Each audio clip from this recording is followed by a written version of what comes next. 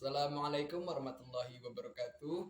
Selamat pagi semuanya. Perkenalkan, nama saya Egy Saputra dari kelas 12 IIS akan menjelaskan materi tentang Konferensi Asia Afrika di dalam mata pelajaran Sejarah Indonesia.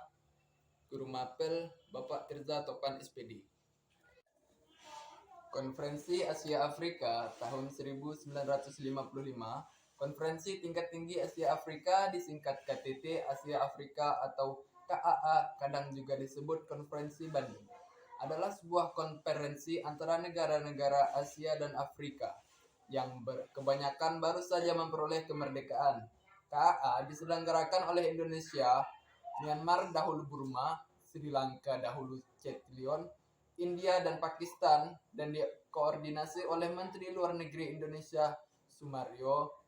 Pertemuan ini berlangsung antara 18 sampai 24 April 1955 di Gedung Merdeka, Bandung, Indonesia, dengan tujuan mempromosikan kerjasama ekonomi dan kebudayaan Asia Afrika dan melawan kolonialisme atau neokolonialisme Amerika Serikat, Uni Soviet atau negara imperialis lainnya.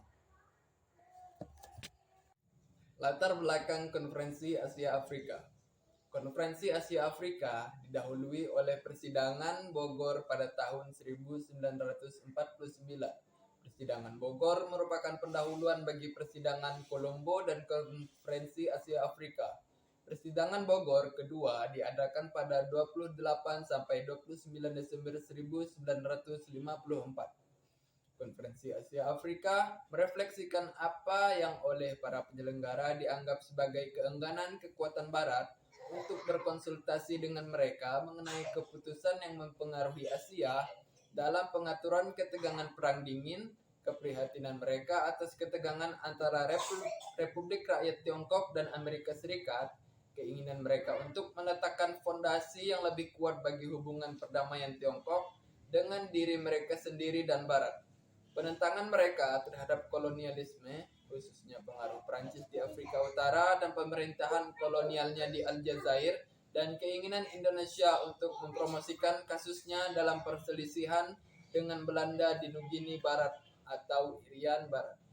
Soekarno, Presiden pertama Republik Indonesia, menggambarkan dirinya sebagai pemimpin kelompok negara ini, yang kemudian ia gambarkan sebagai NEVOS, di Emerging Forces, kekuatan dunia baru. Pada 4 Desember 1954, Perserikatan Bangsa-Bangsa mengumumkan bahwa Indonesia telah berhasil mendapatkan masalah Irian Barat yang ditempatkan dalam agenda sidang Majelis Umum Perserikatan Bangsa-Bangsa tahun 1955. Rencana untuk Konferensi Asia Afrika diumumkan pada bulan yang sama. Selanjutnya, kita lanjutkan dengan pelopor Konferensi Asia Afrika, yaitu Ali Sastro Amidjojo, Muhammad Ali Bogra, Jawaharlal Nehru, Sirjon Kotawilala, UNU. Kemudian peserta Konferensi Asia Afrika terdiri dari Afghanistan, Saudi Arabia, Burma atau sekarang Myanmar, Ceylon sekarang Sri Lanka, Republik Rakyat Tiongkok, Ethiopia, India, Indonesia, Irak, Iran, Jepang, Kamboja, Laos, Lebanon, Liberia, Libya, Mesir, Nepal, Pakistan, Filipina, Siprus, Sudan, Syria, Thailand, Turki, Republik Demokratik Vietnam, Negara Vietnam, Republik Vietnam, Kerajaan Mutawakkiliyah Yaman. Lalu deklarasi. 10 poin deklarasi mengenai dukungan bagi kedamaian dan kerjasama dunia dinamakan Tasasila Bandung, yang menggabungkan prinsip-prinsip piagam PBB diadopsi dengan suara bulat. Menghormati hak-hak dasar manusia dan tujuan-tujuan serta asas-asas yang termuat di dalam piagam PBB. Menghormati kedaulatan dan integritas teritorial semua bangsa, mengakui persamaan semua suku bangsa dan persamaan semua bangsa, besar maupun kecil, tidak melakukan intervensi atau campur tangan dalam soalan dalam negeri negara lain, menghormati hak-hak setiap bangsa untuk mempertahankan diri secara sendirian atau kolektif yang sesuai dengan piagam PBB, tidak menggunakan peraturan-peraturan dari pertahanan kolektif untuk bertindak bagi kepentingan khusus dari salah satu negara besar dan tidak melakukannya terhadap negara lain, tidak melakukan tindakan-tindakan ataupun ancaman agresi maupun penggunaan kekerasan terhadap integritas wilayah maupun kemerdekaan politik suatu negara, menyelesaikan segala perselisihan internasional dengan jalan damai, seperti perundingan, persetujuan, arbitrasi, penyelesaian masalah hukum, ataupun cara damai lainnya, menurut pihak-pihak yang bersangkutan sesuai piagam PBB, menunjukkan kepentingan bersama dan kerjasama menghormati hukum dan kewajiban-kewajiban internasional. Kemudian, dampak dan peninggalan dari Konferensi Asia Afrika. Konferensi ini diikuti oleh Konferensi Solidaritas Rakyat Afrika Asia di Kairo pada September 1957 dan Konferensi Beograd 1961 yang mengarah pada pembentukan gerakan non-blok pada tahun-tahun kemudian. Konflik antara negara-negara yang tidak tergoyahkan mengikis solidaritas yang diekspresikan dalam konferensi ini. Untuk memperingati 50 tahun sejak pertemuan bersejarah tersebut, para kepala negara-negara Asia dan Afrika telah diundang untuk mengikuti sebuah pertemuan baru di Bandung dan Jakarta antara 19 sampai 24 April 2005.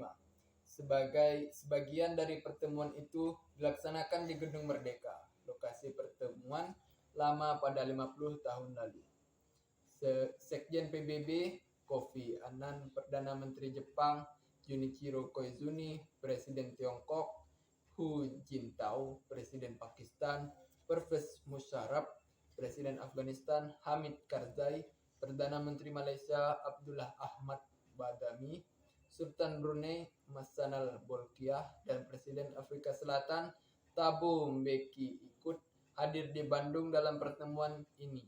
KTT Asia Afrika 2005 menghasilkan HAASP, New ASEAN African Strategy Partnership, kemitraan strategis baru Asia Afrika, yang diharapkan akan membawa Asia dan Afrika menuju masa depan yang lebih baik berdasarkan ketergantungan sendiri yang kolektif, dan untuk memastikan adanya lingkungan internasional untuk kepentingan para rakyat Asia dan Afrika.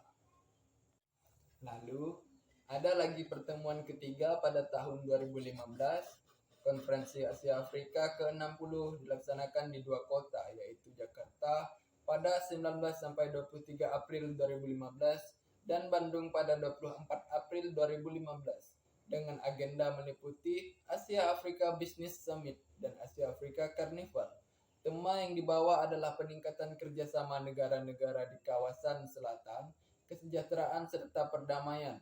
KTT Asia Afrika 2015 diikuti sebanyak 89 kepala negara, pemerintahan dari 109 negara di kawasan Asia dan Afrika, 17 negara pengamat dan 20 organisasi internasional, dan 1.426 perwakilan media domestik dan asing. Para peserta diantaranya adalah Perdana Menteri Jepang Shinzo Abe, Presiden Tiongkok Xi Jinping, Perdana Menteri Singapura Lee Hsien Loong, Raja Yordania Abdullah Izari Yordania, Perdana Menteri Malaysia Najib Tun Razak, Presiden Myanmar Thein Sein, Raja Swaziland Mswati III, dan Perdana Menteri Nepal. Konferensi Asia Afrika 2015 telah menghasilkan 3 dokumen, yaitu Pesan Bandung (Bandung Message), Deklarasi Penguatan Kemitraan Strategis Baru Asia Afrika NAASP, dan Deklarasi Kemerdekaan Palestina. Sekian penjelasan materi dari saya. Kalau ada salah mohon dimaklumi, karena slogan kita adalah Historia Magistra Vitae. Terima kasih dan sampai jumpa.